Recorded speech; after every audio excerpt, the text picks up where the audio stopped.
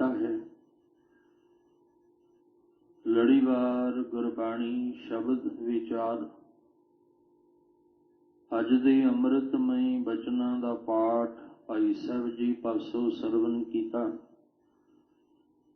पवित्र बाणी दी विचार दे नाल सांझ पाउण वास्ते जो समा प्राप्त हो रहा है, मन बिरतियां नूं इकागर करते हुए नमाणे जे हो के चवर छतर तखत दे मालिक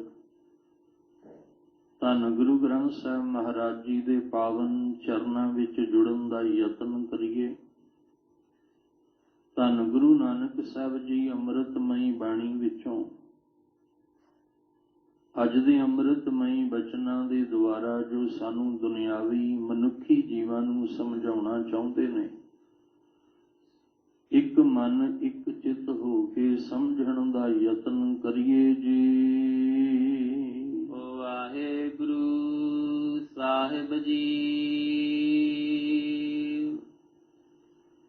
जप जी साहिब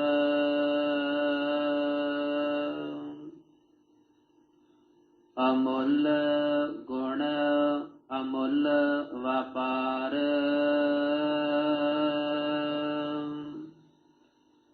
अमुल व्यापारिये अमुल भंडार।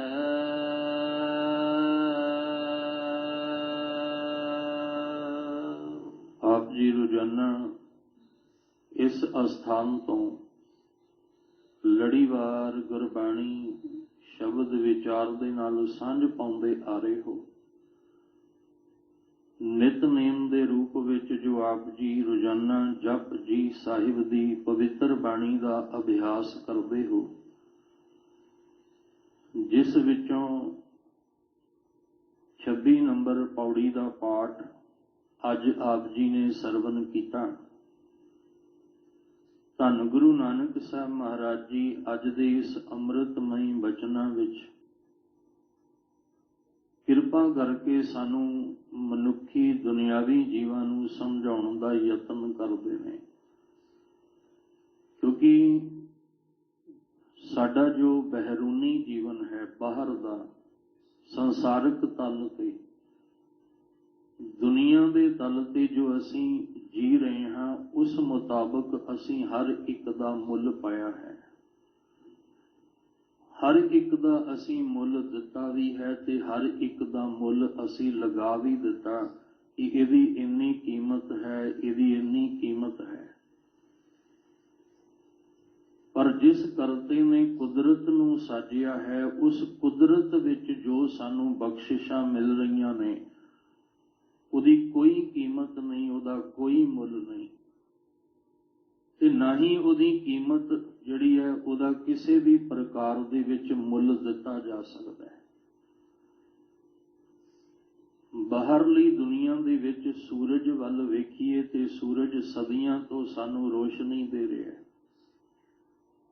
पर कदे भी असी उस सूरज की रोशनी का मुल अदा नहीं किया, क्यों असी उहदा मुल दे ही नहीं सकते।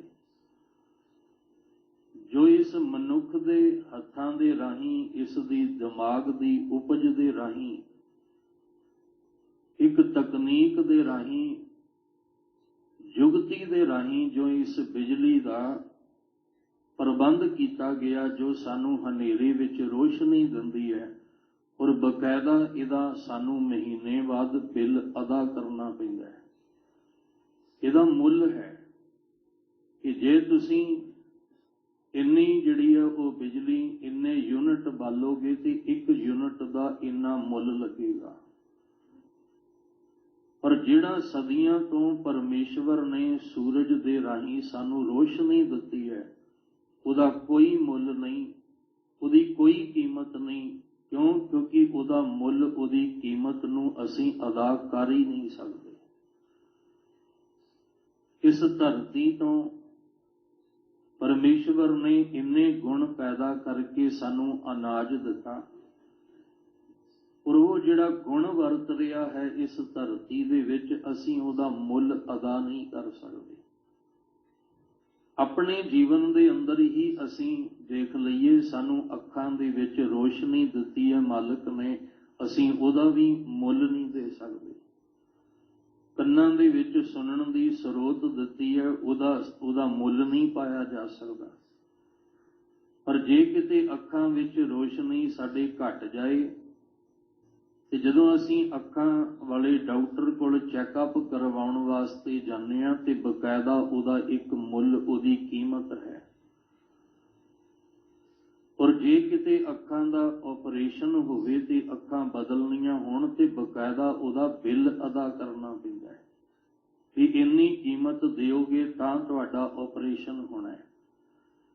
ਕੰਨਾਂ ਦੇ ਵਿੱਚ ਸੁਣਨ ਵਾਲੀ ਮਸ਼ੀਨਰੀ ਜੇ ਲਗਾਉਣੀ ਹੋਵੇ ਉਹਦਾ ਵੀ ਇੱਕ ਮੁੱਲ ਹੈ, ਉਹਦੀ ਵੀ ਇੱਕ ਕੀਮਤ ਹੈ।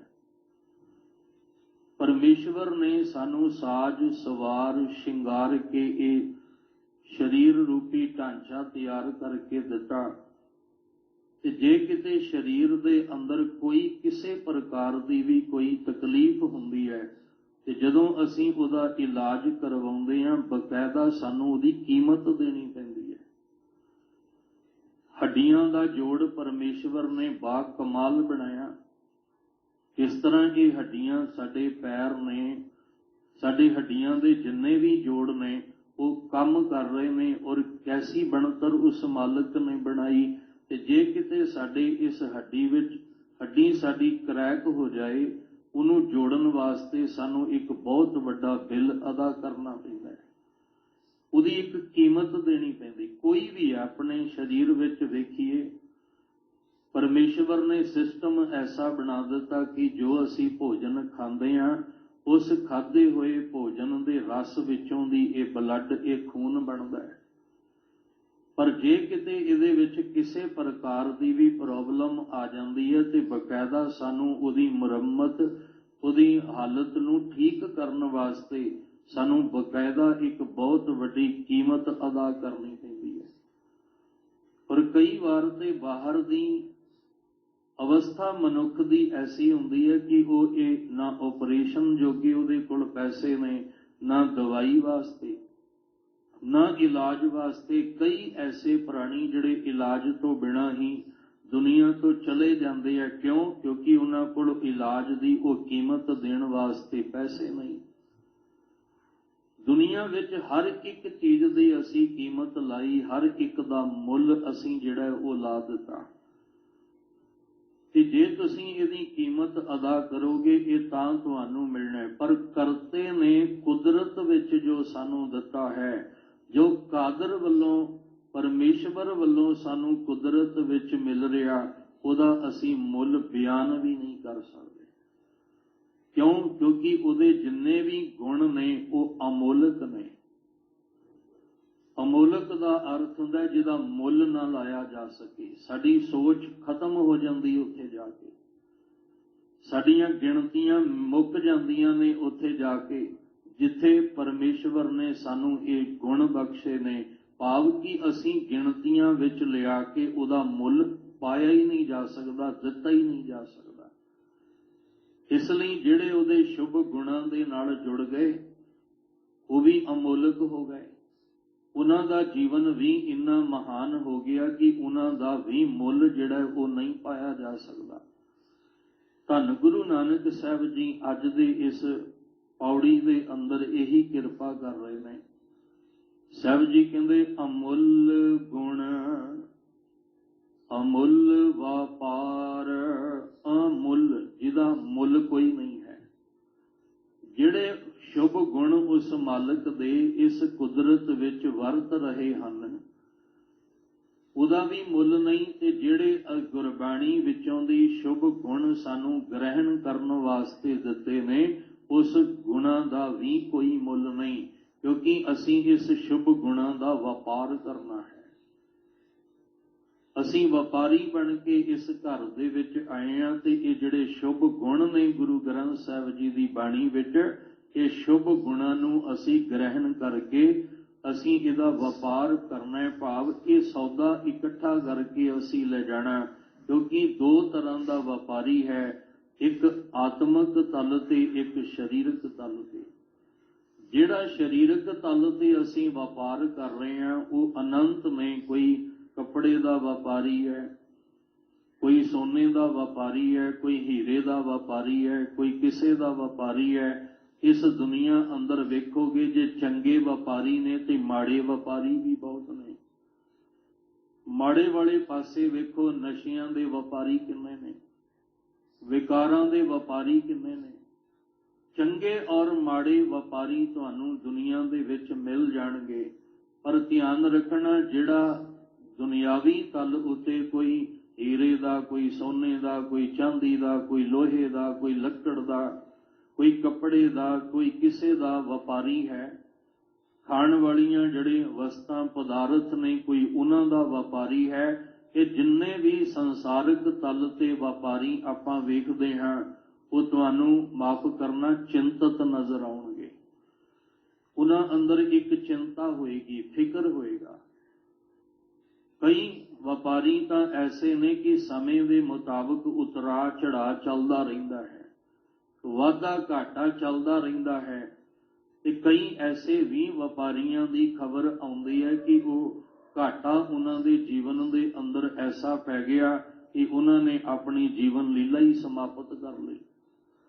ਕਈਆਂ ਦੀ ਹਾਲਤ ਇੰਨੀ ਮਾੜੀ ਹੋ ਗਈ ਹੈ ਕਿ ਉਹਨਾਂ ਨੂੰ ਹਸਪੀਟਲ ਤੱਕ ਜਾਣਾ ਪੈ ਗਿਆ, ਕਿਉਂਕਿ ਡਿਪਰੈਸ਼ਨ ਦੇ ਵਿੱਚ ਇੰਨੇ ਜ਼ਿਆਦਾ ਆ ਗਏ। ਉਹਨਾਂ ਅੰਦਰ ਚਿੰਤਾਵਾਂ ਇੰਨੀਆਂ ਜ਼ਿਆਦਾ ਆ ਗਈਆਂ ਨੇ। ਉਹ ਵਪਾਰੀ ਚੋਟੀ ਦੇ ਵਪਾਰੀ ਨੇ ਬਾਹਰ ਦੀ ਦੁਨੀਆ 'ਚ, ਬਾਹਰ ਦੇ ਧਨ ਪਦਾਰਥਾਂ ਕਰਕੇ ਜਿਹੜੇ ਵਪਾਰੀ ਹੈ ਉਹ ਤੁਹਾਨੂੰ ਅਕਸਰ ਚਿੰਤਤ ਨਜ਼ਰ ਆਉਣਗੇ, ਡਿਪਰੈਸ਼ਨ ਦੇ ਵਿੱਚ ਨਜ਼ਰ ਆਉਣਗੇ, ਫਿਕਰਮੰਦ ਨਜ਼ਰ ਆਉਣਗੇ। ਚਿੰਤਾਵਾਂ ਅੰਦਰੋਂ ਸਤਾਉਂਦੀਆਂ ਉਹਨਾਂ ਅੰਦਰ ਨਜ਼ਰ ਆਉਣਗੀਆਂ। ਔਰ ਕਈ ਜਿਹੜੇ ਆ ਉਹ ਆਪਣੀ ਜੀਵਨ ਦੀ ਲੀਲਾ ਨੂੰ ਸਮਾਪਤ ਕਰਕੇ ਤੁਹਾਨੂੰ ਐਸੇ ਵਪਾਰੀ ਨਜ਼ਰ ਆਉਣਗੇ। ਪਰ ਜਿਹੜਾ ਆ ਸ਼ੁਭ ਗੁਣਾਂ ਦਾ ਵਪਾਰੀ ਹੁੰਦਾ ਨਾ, ਜਿਹੜਾ ਨਾਮ ਦਾ ਵਪਾਰੀ ਹੈ, ਜਿਹਨੇ ਨਾਮ ਨੂੰ ਵਿਹਾਜਿਆ ਹੈ, ਨਾਮ ਦਾ ਸੌਦਾ ਇਕੱਤਰ ਕੀਤਾ ਹੈ, ਸੱਚ ਜਾਣਿਓ ਉਹ ਕਦੇ ਡਿਪਰੈਸ਼ਨ ਦੇ ਵਿੱਚ ਨਹੀਂ ਜਿਉਂਦਾ, ਉਹ ਕਦੇ ਚਿੰਤਾ ਦੇ ਘੇਰੇ ਦੇ ਵਿੱਚ ਨਹੀਂ ਰਹਿੰਦਾ, ਉਹ ਅਚਿੰਤ ਹੋ ਜਾਂਦਾ ਹੈ। ਉਹ ਕਦੇ ਵੀ ਆ ਬਾਹਰ ਦੇ ਵਾਧੇ ਘਾਟੇ ਦਾ ਫਿਕਰ ਅੰਦਰ ਲਾ ਕੇ ਰੋਗ ਨਹੀਂ ਪਾਲ ਕੇ ਬੈਠ ਜਾਂਦਾ। ਸਾਹਿਬ ਕਹਿੰਦੇ ਆ ਬਾਹਰ ਦੇ ਤੁਸੀਂ ਵੇਖੋ, ਵੱਡੇ ਵੱਡੇ ਜੋ ਦੀਸੈ ਲੋਗ ਤਿਨ ਕੋ ਵਿਆਪੈ, ਚਿੰਤਾ ਰੋਗ, ਇਹਨਾਂ ਨੂੰ ਇੱਕ ਚਿੰਤਾ ਦਾ ਰੋਗ ਲੱਗਾ ਹੁੰਦਾ ਹੈ, ਬੜਾ ਭਿਆਨਕ। ਪਰ ਜਿਹੜੇ ਨਾਮ ਦੇ ਵਪਾਰੀ ਹੁੰਦੇ ਨੇ ਉਹ ਬੇਫਿਕਰ ਹੁੰਦੇ ਨੇ, ਉਹ ਬੇਪਰਵਾਹ ਬੇਮੁਹਤਾਜ ਹੁੰਦੇ ਨੇ। ਉਹ ਪਰਵਾਹੀ ਕੋਈ ਨਹੀਂ, ਕਿਉਂਕਿ ਉਹਨਾਂ ਨੇ ਜਿਹੜਾ ਸੌਦਾ ਸ਼ੁਭ ਗੁਣਾ ਦੇ ਰਾਹੀਂ ਇਕੱਠਾ ਕਰਨਾ ਹੈ ਉਹ ਕਰਕੇ ਇਸ ਸੰਸਾਰ ਤੋਂ ਲੈ ਜਾਂਦੇ। ਬਾਹਰ ਦਾ ਵਪਾਰੀ ਭਾਵੇਂ ਕਰੋੜਾਪਤੀ ਬਣ ਜਾਏ, ਅਰਬਾਂਪਤੀ ਬਣ ਜਾਏ, ਖਰਬਾਂਪਤੀ ਬਣ ਜਾਏ, ਪਰ ਸੱਚ ਜਾਣਿਓ ਜੇ ਆ ਸ਼ੁਭ ਗੁਣਾਂ ਦਾ ਵਪਾਰੀ ਨਹੀਂ ਨਾ ਉਹ ਬਣਿਆ, ਇਹ ਲੋਕ ਉਹਨੂੰ ਕਹਿਣਗੇ ਇਹ ਖਰਬਾਂਪਤੀ ਹੈ, ਪਰ ਜਿਸ ਦਿਨ ਦੁਨੀਆ ਤੋਂ ਜਾਣਾ ਤੇ ਕੰਗਾਲ ਹੋ ਕੇ ਜਾਣਾ। ਜਿਸ ਦਿਨ ਦੁਨੀਆ ਤੋਂ ਜਾਣਾ, ਇਹ ਬਾਹਰ ਦੇ ਖਰਬਾਂਪਤੀ ਨੇ ਅੰਦਰ ਇੱਕ ਵੀ ਨਾਮ ਦਾ ਗੁਣ ਇਕੱਠਾ ਨਹੀਂ ਕੀਤਾ। ਜਿਹੜਾ ਇਹਾਂ ਖਾਟ ਚਲੋ ਹਰ ਲਾਹਾ ਆਗੈ ਵਸਨ ਸੁਹੇਲਾ, ਜਿਹੜਾ ਇੱਥੋਂ ਖੱਟ ਕੇ ਲੈ ਜਾਣਾ ਸੀ ਉਹਦੇ ਵਿੱਚ ਤਾਂ ਇੱਕ ਕੌਡੀ ਵੀ ਇਕੱਠੀ ਨਾ ਕੀਤੀ, ਤੇ ਜਿਹੜੀ ਇਕੱਠੀ ਕੀਤੀ ਸੀ ਉਹਦੇ ਵਿੱਚੋਂ ਇੱਕ ਕੌਡੀ ਵੀ ਇਹਦੇ ਨਾਲ ਨਾ ਚੱਲੀ। ਕੌਡੀ ਕੌਡੀ ਜੋਰ ਕੈ ਜੋਰੇ ਲਾਖ, ਕਰੋੜ ਚਲਤੀ ਬਾਰ ਨਾ ਕਛ ਮਿਲਿਓ ਲਈ ਲੰਗੋਟੀ ਤੋਰ। ਗੁਰਬਾਣੀ ਅੰਦਰ ਸਾਨੂੰ ਬੜੀਆਂ ਉਦਾਹਰਨਾਂ ਦੇ ਕੇ ਸਮਝਾਇਆ। ਨਾਂਗੇ ਪਾਮੋ ਤੇ ਗਏ ਜਿਨ ਕੇ ਲਾਖ, ਕਰੋੜ ਲੱਖਾਂ ਕਰੋੜਾਂ ਦੇ ਜਿਹੜੇ ਮਾਲਕ ਆਪਣੇ ਆਪ ਨੂੰ ਵੱਡੇ ਵਪਾਰੀ ਕਹਾਉਂਦੇ ਸਨ, ਨਾਂਗੇ ਪਾਵੋ ਤੇ ਗਏ, ਉਹ ਦੁਨੀਆ ਤੋਂ ਨੰਗੇ ਪੈਰੀ ਜਾਂਦੇ ਨਜ਼ਰ ਆਉਂਦੇ ਨੇ। ਇਸ ਲਈ ਸਭ ਠੀਕ ਹੈ, ਇਹ ਨਹੀਂ ਕਿ ਵਪਾਰ ਨਹੀਂ ਕਰਨਾ। ਆਪਣੇ ਗੁਜ਼ਰਾਨ ਵਾਸਤੇ ਅਸੀਂ ਆਪਣੇ ਆਪ ਤੇ ਪਰਿਵਾਰ ਧੀਆਂ ਪੁੱਤਰ ਨੂੰ ਪਾਲਣ ਵਾਸਤੇ ਵਪਾਰ ਕਰੋ, ਪਰ ਕਰੋ ਚੰਗਾ। ਜਿਹੜੇ ਦੁਨੀਆ 'ਚ ਨਸ਼ੇ ਦੇ ਵਪਾਰੀ ਨੇ, ਮਾੜੇ ਵਪਾਰੀ ਨੇ, ਵਿਕਾਰਾਂ ਦੇ ਵਪਾਰੀ ਨੇ, ਉਹ ਨਹੀਂ। ਚੰਗਾ ਵਪਾਰ ਕਰੋ ਜਿਹਦੇ ਨਾਲ ਤੁਸੀਂ ਆਪਣੇ ਪਰਿਵਾਰ ਦਾ ਪਾਲਣ ਪੋਸ਼ਣ, ਕਿਉਂਕਿ ਦੌਲਤ ਗੁਜ਼ਰਾਨ ਹੈ, ਗੁਰੂ ਸਾਹਿਬ ਨੇ ਆਖਿਆ। ਇਹ ਗੁਜ਼ਰਾਨ, ਇਹਦੇ ਨਾਲ ਤੁਹਾਡਾ ਗੁਜ਼ਾਰਾ ਚੱਲੇ, ਤੁਸੀਂ ਕਿਸੇ ਅੱਗੇ ਹੱਥ ਨਾ ਅੱਡੋ, ਕਿਸੇ ਦੇ ਮੁਹਤਾਜ ਨਾ, ਕਿਸੇ ਦੀ ਗੁਲਾਮੀ ਨਾ ਤੁਹਾਨੂੰ ਸਹਿਣੀ ਪਏ। ਪਰ ਇਹ ਤਨ ਦਾ ਕਰਕੇ ਬਹਿਰੂਨੀ ਵਪਾਰ ਦੇ ਨਾਲ ਨਾਲ ਅਸਲ ਵਪਾਰ ਕਰਨਾ ਵੀ ਤੁਹਾਡੇ ਲਈ ਜ਼ਰੂਰੀ ਹੈ। ਵਣਜ ਕਰੋ ਵਣਜਾਰੇ ਹੋ, ਵਖਰ ਲਿਓ ਸੰਭਾਲ, ਜੈਸੀ ਵਸਤ ਵਿਸਾਹੀ ਹੈ, ਜੈਸੀ ਨਿਭ ਹੈ ਨਾਲ। ਜਿਹੜੀ ਤੇਰੇ ਨਾਲ ਨਿਭ ਜਾਏ, ਨਾਲ ਦਾ ਮਤਲਬ ਤੇਰੀ ਜਿੰਦ ਦੇ ਨਾਲ ਨਿਭ ਜਾਏ, ਤੇਰੀ ਰੂਹ ਦੇ ਨਾਲ ਜਿਹੜਾ ਉਹ ਨਿਭ ਜਾਏ, ਤੂੰ ਉਹ ਵੀ ਸੌਦਾ ਇਕੱਠਾ ਕਰ, ਉਹ ਨਾਮ ਦਾ ਵਪਾਰੀ ਬਣ। ਮੈਂ ਬਣਜਾਰਨ ਰਾਮ ਕੀ, ਤੇਰਾ ਨਾਮ ਵਖਰ ਵਪਾਰ ਜੀ। ਮੈਂ ਬਣਜਾਰਨ, ਆ ਮਨ ਕੀ ਹੈ, ਬਣਜਾਰਾ ਬਣ ਕੇ ਆਇਆ। ਤੇ ਮਨ ਬਣਜਾਰਾ ਬਣ ਕੇ ਕਿੱਥੋਂ ਆਇਆ? ਅੰਦਰ ਦੀ ਜਿੰਦ, ਜਿੰਦ ਨੇ ਭੇਜਿਆ ਇਹਨੂੰ ਕਿ ਜਾ ਤੂੰ ਜਾ ਕੇ ਜਿਹੜਾ ਹੈ ਉਹ ਵਪਾਰ ਕਰ, ਸ਼ੁਭ ਗੁਣਾਂ ਦਾ ਵਪਾਰ ਤੈਨੂੰ ਮਿਲਣਾ ਹੈ, ਜਿਹੜੇ ਸੰਸਾਰ ਦੇ ਵਿੱਚ ਪਰਮੇਸ਼ਵਰ ਦੇ ਰੰਗ ਵਿੱਚ ਰੰਗੇ ਨੇ। ਜਿਵੇਂ ਗੁਰੂ ਸਾਹਿਬਾਨ ਦੀ ਬਾਣੀ 15 ਭਗਤਾਂ ਦੀ ਬਾਣੀ ਹੈ, ਇਹ ਉਸ ਨਿਰੰਕਾਰ ਦੇ ਵਿੱਚ ਰੰਗੇ ਹੋਏ ਨੇ, ਇਹ ਉਸ ਨਿਰੰਕਾਰ ਦਾ ਰੂਪ ਬਣ ਗਏ ਨੇ। ਇਸ ਵਾਸਤੇ ਜਿਹੜੇ ਸ਼ੁਭ ਗੁਣ ਮਿਲਣਗੇ, ਇਹ ਮਨ ਤੂੰ ਇਸ ਸਰੀਰ ਦੇ ਨਾਲ ਅਟੈਚਮੈਂਟ ਕਰਕੇ, ਇਹਦੇ ਨਾਲ ਜੁੜ ਕੇ ਤੂੰ ਉਹ ਸ਼ੁਭ ਗੁਣ ਇਕੱਠੇ ਕਰਕੇ ਲਿਆ, ਤੇ ਮੈਂ ਉਹ ਸ਼ੁਭ ਗੁਣਾਂ ਨੂੰ ਧਾਰਨ ਕਰਕੇ ਆਪਣੇ ਮਾਲਕ ਤੱਕ ਪਹੁੰਚ ਸਕਾਂ। ਇਸ ਜਿੰਦ ਨੇ ਮਨ ਨੂੰ ਵਪਾਰੀ ਬਣਾ ਕੇ ਭੇਜਿਆ ਸੀ, ਤੂੰ ਵਪਾਰ ਕਰ। ਪਰ ਕਰਨਾ ਕਿਹੜਾ ਸੀ? ਮੈਂ ਬਣਜਾਰਨ ਰਾਮ ਕੀ, ਤੇਰਾ ਨਾਮ ਵਖਰ ਵਪਾਰ ਜੀ। ਸਾਹਿਬ ਕਹਿੰਦੇ ਆ ਨਾਮ ਦਾ ਵਪਾਰ ਕਰਨਾ ਸੀ ਅਸੀਂ, ਪਰ ਮਨ ਨੇ ਕੀ ਕੀਤਾ? ਮਨ ਸਰੀਰ ਦੇ ਮੋਹ ਵਿੱਚ ਐਸਾ ਫਸ ਗਿਆ ਕਿ ਇਹਨੇ ਜਿਹੜਾ ਵਪਾਰ ਕਰਨ ਆਇਆ ਸੀ ਉਹ ਕੀਤਾ ਨਹੀਂ, ਹੋਰ ਹੋਰ ਵਪਾਰੀ ਬਣ ਗਿਆ। ਇਹ ਅਵਗੁਣਾਂ ਦਾ ਵਪਾਰੀ ਬਣ ਗਿਆ। ਇਹਨੇ ਸ਼ੁਭ ਗੁਣ ਦਾ ਵਪਾਰੀ ਬਣਨਾ ਸੀ, ਬਣ ਗਿਆ ਅਵਗੁਣਾਂ ਦਾ ਵਪਾਰੀ। ਜਦੋਂ ਅਵਗੁਣਾਂ ਦਾ ਵਪਾਰੀ ਬਣ ਕੇ ਆਪਣਾ ਰਾਹ ਭੁੱਲ ਗਿਆ, ਭਟਕ ਗਿਆ, ਇਹਨੂੰ ਫਿਰ ਹਲੂਣਾ ਦੇ ਕੇ ਸਮਝਾਇਆ। ਕਹਿਣ ਲੱਗੇ, ਪ੍ਰਾਣੀ ਤੂੰ ਆਇਆ ਲਾਹਾ ਲੈਣ, ਲੱਗਾ ਕਿਤ ਕੁਫਕੜੇ ਸਭ ਮੁਕਦੀ ਚੱਲੀ। ਰਹਿਣ ਦੇਖ, ਉਧਰ ਤੇਰਾ ਸਮਾਂ ਮੁੱਕਦਾ ਜਾ ਰਿਹਾ ਹੈ। ਕਿਉਂਕਿ ਜੇ ਤੈਨੂੰ ਜਿੰਦ ਨੇ ਵਪਾਰ ਕਰਨ ਲਈ ਭੇਜਿਆ ਨਾਮ ਦਾ, ਇੱਕ ਸਮਾਂ ਵੀ ਦਿੱਤਾ, ਲਿਮਟ ਹੈ ਉਹਦੀ, ਤੇ ਉਧਰੋਂ ਸਮੇਂ ਦੀ ਜਿਹੜੀ ਲਿਮਟ ਹੈ ਉਹ ਮੁੱਕਦੀ ਜਾ ਰਹੀ ਹੈ, ਉਹ ਘਟਦੀ ਜਾ ਰਹੀ ਹੈ, ਤੇ ਤੂੰ ਹਜੇ ਕੁਫਕੜੇ ਭੈੜੇ ਕੰਮਾਂ ਦੇ ਵਿੱਚ ਉਲਝ ਗਿਆ, ਤੂੰ ਅਵਗੁਣਾਂ ਦੇ ਵਿੱਚ ਉਲਝ ਗਿਆ। ਸ਼ੁਭ ਗੁਣਾਂ ਨੂੰ ਗ੍ਰਹਿਣ ਕਰ, ਕਿਉਂਕਿ ਇਹ ਗੁਣ ਦਾ ਵਪਾਰੀ ਬਣ ਕੇ ਹੀ ਉਸ ਨਿਰੰਕਾਰ ਦੇ ਘਰ ਤੱਕ ਪਹੁੰਚਿਆ ਜਾਣਾ।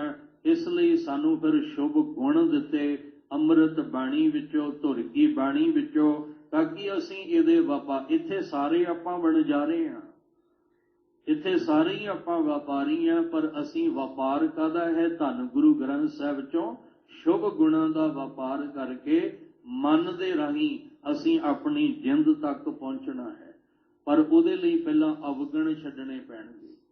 ਪਹਿਲਾਂ ਇੱਥੇ ਆ ਕੇ ਬੇਨਤੀ ਕਰਨੀ ਪਏਗੀ ਵੀ ਸ਼ੁਭ ਗੁਣ ਕਿਵੇਂ ਗ੍ਰਹਿਣ ਕਰਾਂ, ਕਿਉਂਕਿ ਅੰਦਰ ਤੇ ਜਿਸ ਭਾਂਡੇ ਵਿੱਚ ਸ਼ੁਭ ਗੁਣ ਪਾਉਣੇ ਸੀ, ਉੱਥੇ ਤੇ ਅਵਗੁਣ ਭਰੇ ਪਏ ਨੇ। ਤੇ ਪਹਿਲਾਂ ਕਿਰਪਾ ਇਹ ਕਰ ਦਿਓ ਕਿ ਸਾਡੇ ਅਵਗੁਣਾਂ ਵਾਲਾ ਭਾਂਡਾ ਖਾਲੀ ਹੋ ਜਾਏ, ਫਿਰ ਅਸੀਂ ਆ ਸ਼ੁਭ ਗੁਣਾਂ ਦੇ ਵਪਾਰੀ ਬਣ ਕੇ ਇਹ ਵਪਾਰ ਕਰਕੇ ਆਪਣੇ ਮਾਲਕ ਦੇ ਘਰ ਪਹੁੰਚ ਜਾਈਏ। ਪਹਿਲੇ ਤੇ ਸਾਡਾ ਦੇਖੋ, ਕਈ ਵਾਰ ਆਪ ਜੀ ਨਾਲ ਸਾਂਝ ਪਾਈ ਹੈ ਕਿ ਪਹਿਲਾਂ ਸਾਨੂੰ ਗੁਰਦੁਆਰੇ ਆਉਣ ਦੀ ਜਾਚ ਸਿੱਖਣੀ ਪੈਣੀ ਹੈ।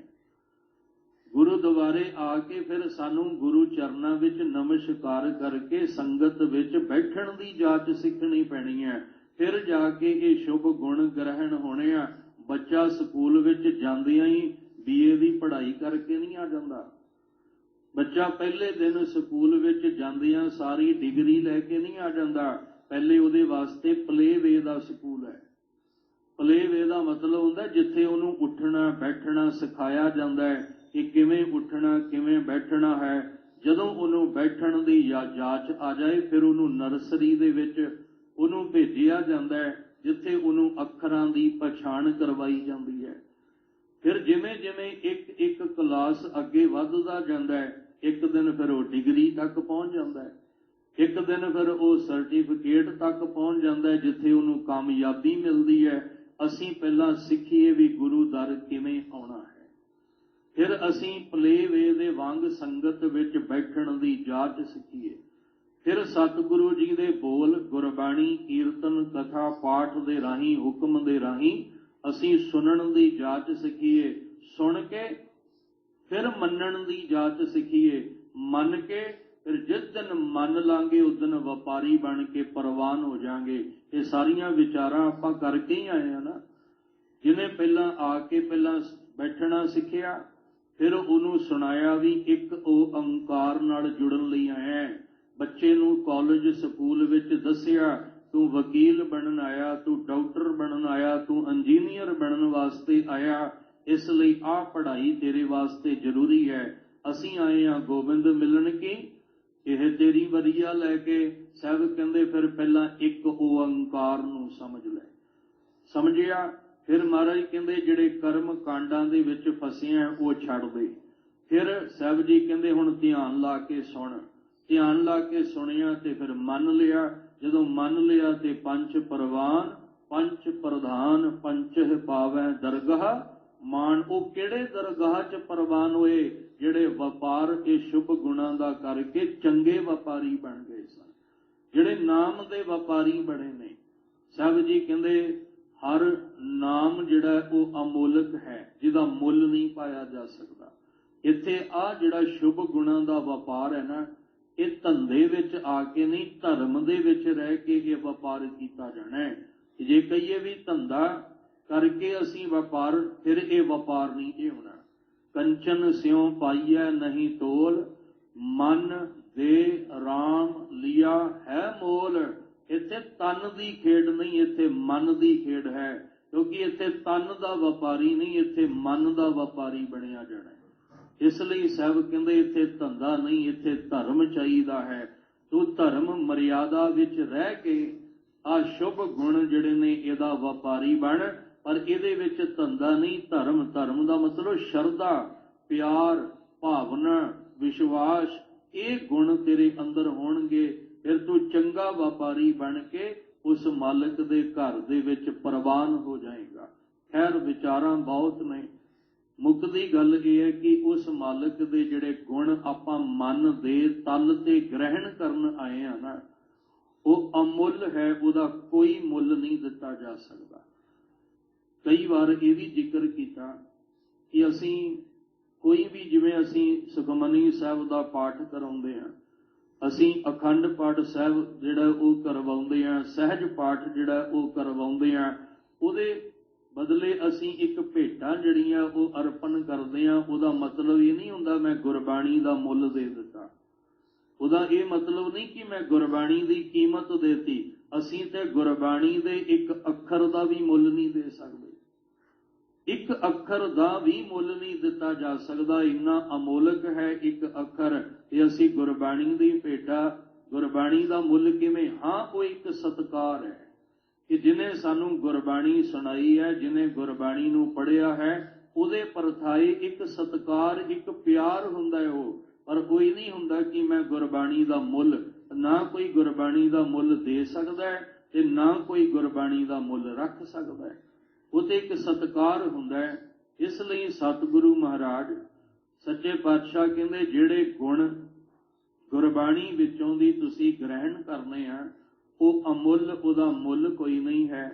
ਤੇ ਜਿਹਦਾ ਵਪਾਰ ਆਪਾਂ ਕਰਨਾ ਹੈ, ਹੁਣ ਵਪਾਰ ਦਾ ਮਤਲਬ ਲੈਣ ਦੇਣ ਹੁੰਦਾ ਨਾ, ਵਪਾਰ ਦਾ ਮਤਲਬ। ਤੇ ਸਾਹਿਬ ਨੇ ਕਿਹਾ ਸੀ ਤੂੰ ਇਹ ਵਪਾਰ ਵੀ ਕਰਨਾ ਹੈ। ਹਰਿ ਕਾ ਨਾਮ ਧਿਆਏ ਸੁਣ, ਸਭਨਾਂ ਨੂੰ ਕਰ। ਆਹ ਵਪਾਰ ਹੈ। ਸਾਹਿਬ ਕਹਿੰਦੇ ਆਹ ਜਿਹੜਾ ਤੂੰ ਵਪਾਰ ਕਰਨਾ ਹੈ ਨਾ, ਇਹਦਾ ਵੀ ਕੋਈ ਮੁੱਲ ਨਹੀਂ ਹੈ, ਇਹਦੀ ਵੀ ਕੋਈ ਕੀਮਤ ਨਹੀਂ ਹੈ, ਇਹਦਾ ਮੁੱਲ ਅਦਾ ਕੀਤਾ ਹੀ ਨਹੀਂ ਜਾ ਸਕਦਾ। ਪਰ ਧਿਆਨ ਰੱਖਿਓ, ਫਿਰ ਬੇਨਤੀ ਕਰਾਂ, ਅਸੀਂ ਬੇਕਦਰੀ ਵੀ ਬਹੁਤ ਕਰਦੇ ਹਾਂ। ਸੱਚ ਹੈ, ਇਹ ਭਾਵੇਂ ਕੌੜਾ ਵੀ ਲੱਗੇ, ਅਸੀਂ ਬੇਕਦਰੀ ਵੀ ਬੜੀ ਕਰਦੇ ਹਾਂ। ਜਿਹੜਾ ਤੇ ਸਾਨੂੰ ਨੱਚਣਾ ਟੱਪਣਾ ਤੇ ਗਾਉਣਾ ਜਿਹੜਾ ਆ ਕੇ ਸਿਖਾਉਂਦਾ ਹੈ, ਅਸੀਂ ਉਹਦੇ ਤੋਂ ਧਨ ਹਜ਼ਾਰਾਂ ਰੁਪਈਏ ਲੁਟਾਉਂਦੇ ਹਾਂ। ਅਕਸਰ ਜਿਹਨੇ ਲੱਖਾਂ ਰੁਪਈਆ ਸੜਕਾਂ ਤੇ ਨੱਚਣ ਵਾਲੇ ਉੱਤੇ ਲੁਟਾਇਆ ਹੁੰਦਾ ਨਾ, ਉਹ ਅਕਸਰ ਗੁਰੂ ਘਰ ਵਿੱਚ 500 ਰੁਪਏ ਪਿੱਛੇ ਲੜਦਾ ਨਜ਼ਰ ਆਉਂਦਾ ਹੁੰਦਾ। ਸਿਰਫ 500 ਰੁਪਏ ਪਿੱਛੇ ਝਗੜਾ ਕਰਦਾ ਨਜ਼ਰ ਆਉਂਦਾ ਹੈ। ਜਿਹੜਾ ਸੜਕ ਉੱਤੇ ਨੱਚਣ ਵਾਲਿਆਂ ਤੇ ਲੱਖਾਂ ਰੁਪਈਆ ਲੁਟਾਉਂਦਾ ਨਜ਼ਰ ਆਉਂਦਾ ਹੈ ਔਰ ਨਵੇਂ ਨੋਟਾਂ ਦੀਆਂ ਥੱਦੀਆਂ ਲੁਟਾਉਂਦਾ ਨਜ਼ਰ ਆਉਂਦਾ। ਉੱਥੇ ਕੋਈ ਝਗੜਾ ਨਹੀਂ, ਉੱਥੇ 1000 ਕੀ 1 ਲੱਖ ਵੀ ਲੁਟਾ ਦੇਵੇ ਤਾਂ ਵੀ ਕੋਈ ਚਿੰਤਾ ਨਹੀਂ। ਉਹੀ ਬੰਦਾ ਜਿਹੜਾ ਲੱਖਾਂ ਸੜਕਾਂ ਤੇ ਲੁਟਾ ਕੇ ਔਰ ਜਿਹੜੇ ਸੜਕਾਂ ਤੇ ਲੁਟਾਏ ਉਹ ਪੈਰਾਂ ਥੱਲੇ ਮਸਲਦਾ ਹੈ, ਪੈਰਾਂ ਥੱਲੇ ਮਸਲੇ ਜਾਂਦੇ ਨੇ ਔਰ ਉਹ ਲੁਟਾ ਕੇ ਅਕਸਰ ਧਰਮ ਦੇ ਅਸਥਾਨ ਤੇ ਕੋਈ ਵੀ ਹੋਵੇ ਧਾਰਮਿਕ ਅਸਥਾਨ ਤੇ ਆ ਕੇ ਸਿਰਫ 500 ਰੁਪਏ ਪਿੱਛੇ ਲੜਦਾ ਨਜ਼ਰ ਆਉਂਦਾ ਹੁੰਦਾ ਹੈ। ਇਹਦਾ ਮਤਲਬ ਸਾਨੂੰ ਹਜੇ ਇਸ ਕੀਮਤ ਦਾ ਪਤਾ ਹੀ ਕੋਈ ਨਹੀਂ ਹੈ। ਜਿੱਥੇ ਅਸੀਂ ਅਦਬ ਤੇ ਸਤਿਕਾਰ ਭਾਵਨਾ ਨਾਲ ਜੁੜਨਾ ਸੀ ਅਸੀਂ ਉੱਥੇ ਭਾਵਨਾ ਕਿਸ ਤਰ੍ਹਾਂ ਦੀ ਰੱਖ ਲਈ ਤੇ ਜਿੱਥੇ ਬੇਕਦਰੀ ਹੋਈ ਹੈ ਉੱਥੇ ਅਸੀਂ ਉਹਦੀ ਕੀਮਤ ਉਹਦਾ ਮੁੱਲ ਵੀ ਅਸੀਂ ਸਮਝ ਲਿਆ। ਵਾਹਿਗੁਰੂ ਜੀ ਮਿਹਰ ਕਰਨ। ਸਾਹਿਬ ਕਹਿੰਦੇ ਇਹ ਜਿਹੜਾ ਵਪਾਰ ਹੈ ਇਹ ਲੈਣ ਦੇਣ ਹੈ ਪਰਮੇਸ਼ਵਰ ਦੇ ਨਾਮ ਦਾ। ਜਿਵੇਂ ਬਿਆਨ ਕੀਤਾ ਹਰਿ ਕਾ ਨਾਮ ਧਿਆਏ ਸੁਣ ਸਭਨਾਂ ਨੂੰ ਕਰ ਦਾਨ। ਸਾਹਿਬ ਕਹਿੰਦੇ ਇਹ ਵਪਾਰ ਇਹਦਾ ਵੀ ਮੁੱਲ ਕੋਈ ਨਹੀਂ ਦੇ ਸਕਦਾ, ਨਾ ਹੀ ਕੋਈ ਇਹਦਾ ਮੁੱਲ ਪਾ ਸਕਦਾ ਹੈ, ਨਾ ਕੋਈ ਇਹਦਾ ਮੁੱਲ ਦੇ ਸਕਦਾ ਹੈ। ਅਮੁੱਲ ਵਪਾਰੀਏ ਅਮੁੱਲ ਭੰਡਾਰ। ਹੁਣ ਪਹਿਲਾਂ ਸ਼ੁਭ ਗੁਣ ਦੀ ਗੱਲ, ਫਿਰ ਉਸ ਸ਼ੁਭ ਗੁਣ ਦੇ ਵਪਾਰ ਦੀ ਗੱਲ, ਫਿਰ ਆ ਗਈ ਵਪਾਰੀਏ ਜਿਨ੍ਹਾਂ ਨੇ ਵਪਾਰ ਕੀਤਾ ਹੈ, ਜਿਨ੍ਹਾਂ ਨੇ ਸ਼ੁਭ ਗੁਣ ਗ੍ਰਹਿਣ ਕਰਕੇ ਹੋਰਾਂ ਨੂੰ ਵੀ ਆਪ ਜਪੋ ਅਵਰਹ ਨਾਮ ਜਪਾਵੋ। ਜਿਨ੍ਹਾਂ ਨੇ ਆਪ ਵੀ ਜਪਿਆ ਫਿਰ ਹੋਰਾਂ ਨੂੰ ਵੀ ਇਹ ਸ਼ੁਭ ਗੁਣ ਜਿਹੜੇ ਨੇ ਇਹ ਵੰਡੇ ਨੇ। ਵਪਾਰੀਏ ਜਿਹੜੇ ਹੁਣ ਇਹਦੇ ਸ਼ੁਭ ਗੁਣਾਂ ਦੇ ਵਪਾਰੀ ਉਹਦਾ ਵੀ ਮੁੱਲ ਨਹੀਂ ਪਾਇਆ ਜਾ ਸਕਦਾ। ਜਿਹਨੇ ਸ਼ੁਭ ਗੁਣ ਇਕੱਠੇ ਕਰਕੇ ਨਿਰੰਕਾਰ ਨਾਲ ਸਾਂਝ ਬਣਾਈ ਨਾ ਉਹਦੀ ਜ਼ਮੀਰ ਨੂੰ ਖਰੀਦਿਆ ਨਹੀਂ ਜਾ ਸਕਦਾ। ਉਹਦੀ ਇਨਸਾਨੀਅਤ ਉਹਦੀ ਇਮਾਨਦਾਰੀ ਨੂੰ ਖਰੀਦਿਆ ਨਹੀਂ ਜਾ ਸਕਦਾ। ਆ ਬਾਹਰ ਦੇ ਵਪਾਰੀ ਮੈਨੂੰ ਮਾਫ ਕਰਿਓ ਕਈ ਵਾਰੀ ਵਿਕ ਵੀ ਜਾਂਦੇ ਨੇ, ਵਿਕਦੇ ਨਜ਼ਰ ਆਉਂਦੇ ਨੇ ਕਈ ਵਾਰ, ਕਿਉਂਕਿ ਸੱਚੇ ਵਪਾਰ ਵਿੱਚ ਕਈ ਵਾਰੀ ਮਿਲਾਵਟ ਹੋ ਜਾਂਦੀ ਹੈ। ਮਿਲਾਵਟ ਕਿਉਂ ਹੋਈ? ਕਿਉਂਕਿ ਵਪਾਰੀ ਵਿਕ ਗਿਆ। ਉਸ ਵਪਾਰੀ ਦੇ ਵਿਕਣ ਨਾਲ ਉਹਦੇ ਸੌਦੇ ਵਿੱਚ ਮਿਲਾਵਟ ਹੋ ਗਈ ਹੈ, ਕਿਉਂਕਿ ਉਹ ਆਪਣੀ ਜ਼ਮੀਰ ਇਨਸਾਨੀਅਤ ਇਮਾਨਦਾਰੀ ਨੂੰ ਵੇਚ ਕੇ ਬੇਈਮਾਨੀ ਦੇ ਰਾਹ ਉੱਤੇ ਤੁਰ ਪਿਆ। ਮਹਾਰਾਜ ਕਹਿੰਦੇ ਜਿਹੜੇ ਨਾਮ ਦਾ ਵਪਾਰੀ ਹੁੰਦਾ ਨਾ ਇਹਦਾ ਵੀ ਮੁੱਲ ਨਹੀਂ ਪਾਇਆ ਜਾ ਸਕਦਾ। ਇਹ ਆਪਣਾ ਖੋਪਰ ਤੇ ਲਵਾ ਸਕਦਾ ਹੈ ਪਰ ਇਹ ਖਰੀਦਿਆ ਨਹੀਂ ਜਾ ਸਕਦਾ।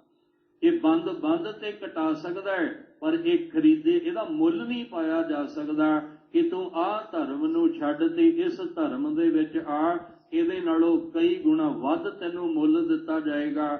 ਉਹਨਾਂ ਆਖਣਾ ਮੈਂ ਬੰਦ ਤੇ ਕਟਾ ਸਕਦਾ ਪਰ ਤੂੰ ਮੇਰਾ ਮੁੱਲ ਨਹੀਂ ਪਾ ਸਕਦਾ, ਕਿਉਂਕਿ ਮੈਂ ਜਿਸ ਨਾਨਕ ਜੀ ਦੇ ਘਰ ਦਾ ਸ਼ੁਭ ਗੁਣਾਂ ਦਾ ਵਪਾਰੀ ਬਣਿਆ ਨਾ ਉੱਥੇ ਤੇ ਮੁੱਲ ਨਾਮ ਦੀ ਚੀਜ਼ ਹੀ ਕੋਈ ਨਹੀਂ ਹੈ। ਉਹ ਕਹਿੰਦੇ ਜਿਵੇਂ ਗੁਰੂ ਕਲਗੀਧਰ ਪਾਤਸ਼ਾਹ ਅਨੰਤ ਸਿੰਘ ਸਾਹਿਬਜ਼ਾਦੇ ਸ਼ਹਾਦਤ ਦਾ ਜਾਮ ਤਾਂ ਪੀਂਦੇ ਆ ਪਰ ਖਰੀਦਣ ਵਾਲੇ ਖਰੀਦ ਨਹੀਂ ਸਕੇ।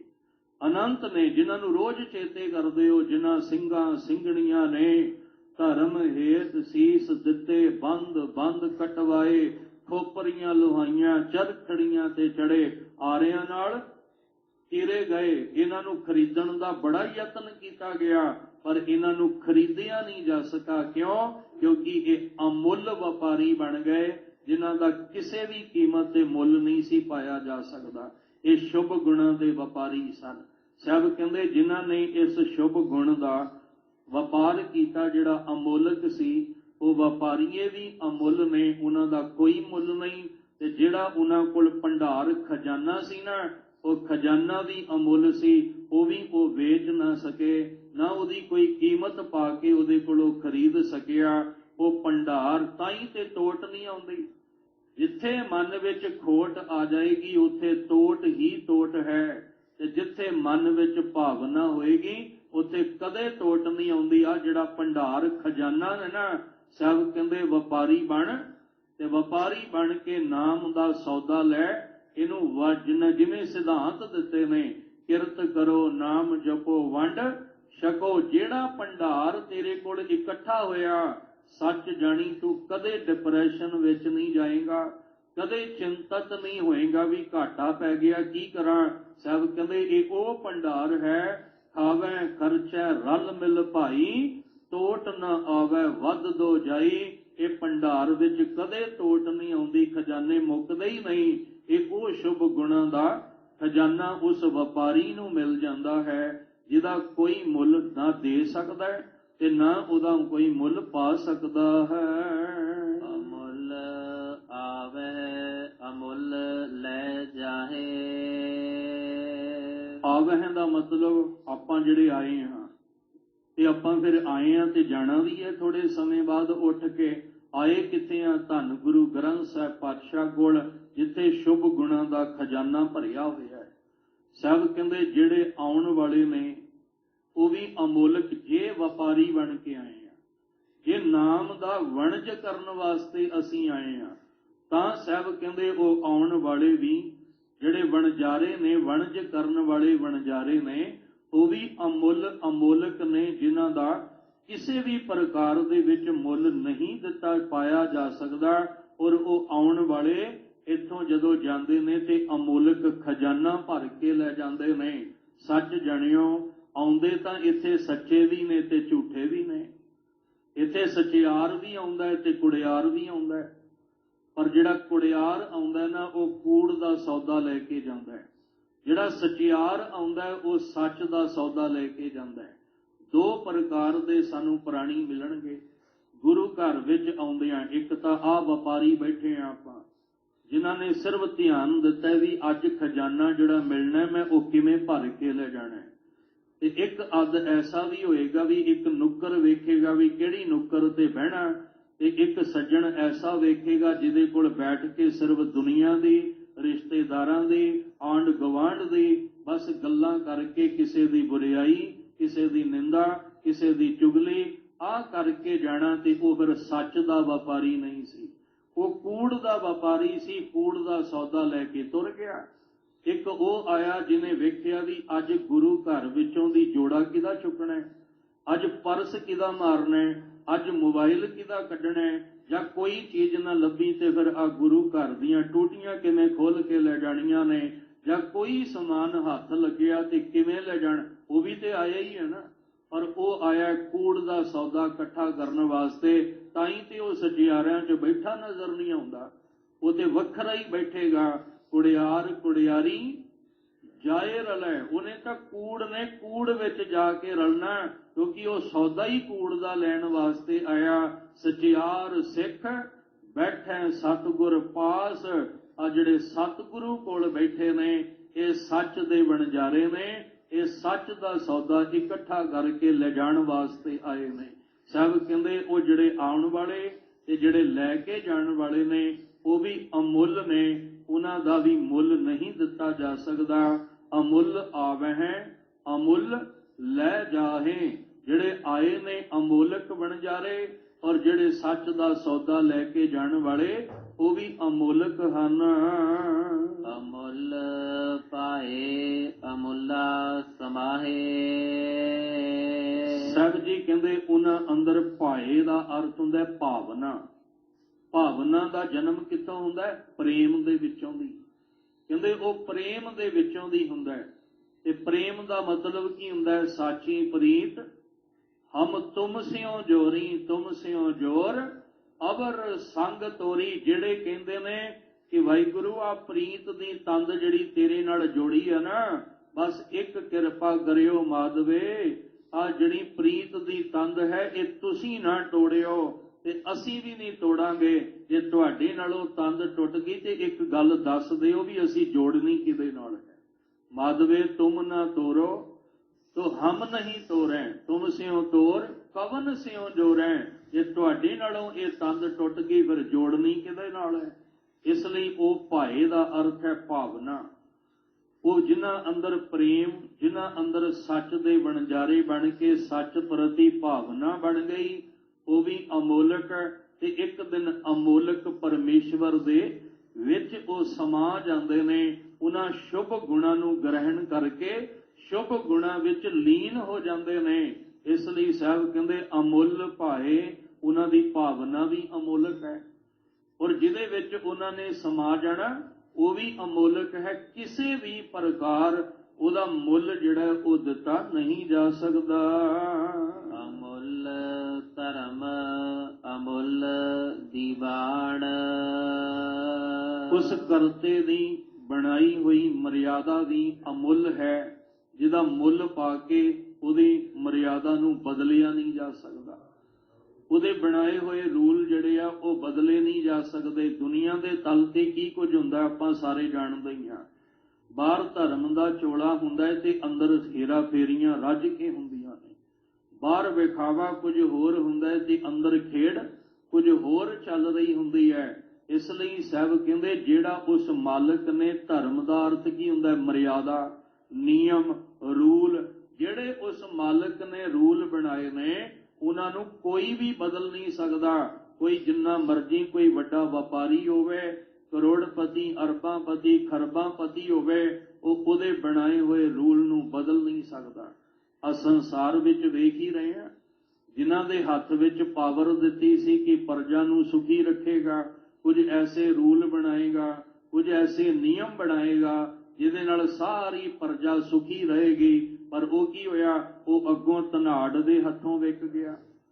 ਉਹ ਜਿਹੜੇ ਅੱਗੋਂ ਧਨਾੜਪਤੀ ਸੀ ਉਹਨਾਂ ਹੱਥੋਂ ਵਿਕ ਗਿਆ, ਤੇ ਜਿਹੜੇ ਰੂਲ ਬਣਾਉਣੇ ਸੀ ਪ੍ਰਜਾ ਦੇ ਪ੍ਰਤੀ ਉਹ ਬਣਾਉਣ ਦੀ ਬਜਾਏ ਜਿਨ੍ਹਾਂ ਹੱਥੋਂ ਵਿਕਿਆ ਉਹਨਾਂ ਦੇ ਰੂਲ ਅੱਗੋਂ ਲਾਗੂ ਕੀਤੇ, ਤੇ ਜਿਨ੍ਹਾਂ ਹੱਥੋਂ ਵਿਕ ਕੇ ਰੂਲ ਅੱਗੇ ਲਾਗੂ ਕੀਤੇ ਨੇ ਅੱਜ ਉਹਨਾਂ ਦੇ ਹਾਲਾਤ ਵੇਖ ਹੀ ਰਹੇ ਆ ਕੀ ਬਣ ਗਏ। ਕੀ ਕੁਝ ਹੋ ਰਿਹਾ ਅੱਜ ਇਸ ਸੰਸਾਰ ਦੇ ਵਿੱਚ? ਕਿਉਂ ਹੋ ਰਿਹਾ? ਕਿਉਂਕਿ ਉਹ ਇੱਕ ਅਕਾਲ ਪੁਰਖ ਪਰਮੇਸ਼ਵਰ ਨਾਲ ਨਹੀਂ ਜੁੜਿਆ, ਉਹ ਉਹਨਾਂ ਧਨਾੜ ਪਤੀਆਂ ਨਾਲ ਜੁੜ ਗਿਆ। ਉਹਨਾਂ ਦੀ ਬੋਲੀ ਬੋਲਦਾ, ਉਹਨਾਂ ਦੇ ਬਣਾਏ ਰੂਲ ਅੱਗੇ ਲਾਗੂ ਕਰਵਾਉਣਾ ਚਾਹੁੰਦਾ। ਉਹਦੇ ਭਾਵੇਂ ਕੋਈ ਇੱਕ ਮਰੇ ਤੇ ਭਾਵੇਂ ਹਜ਼ਾਰਾਂ ਮਰਨ, ਉਹਨੂੰ ਕੋਈ ਪਰਵਾਹ ਨਹੀਂ। ਕੋਈ ਸਰਦੀ ਗਰਮੀ ਸਹਾਰੇ, ਕੋਈ ਭੁੱਖਾ ਭਾਣਾ ਰਵੇ, ਕੋਈ ਪਰਵਾਹ ਨਹੀਂ, ਕਿਉਂਕਿ ਉਹ ਉਹਨਾਂ ਅਰਬਪਤੀਆਂ ਖਰਬਾਂਪਤੀਆਂ ਹੱਥੇ ਵਿਕ ਗਿਆ।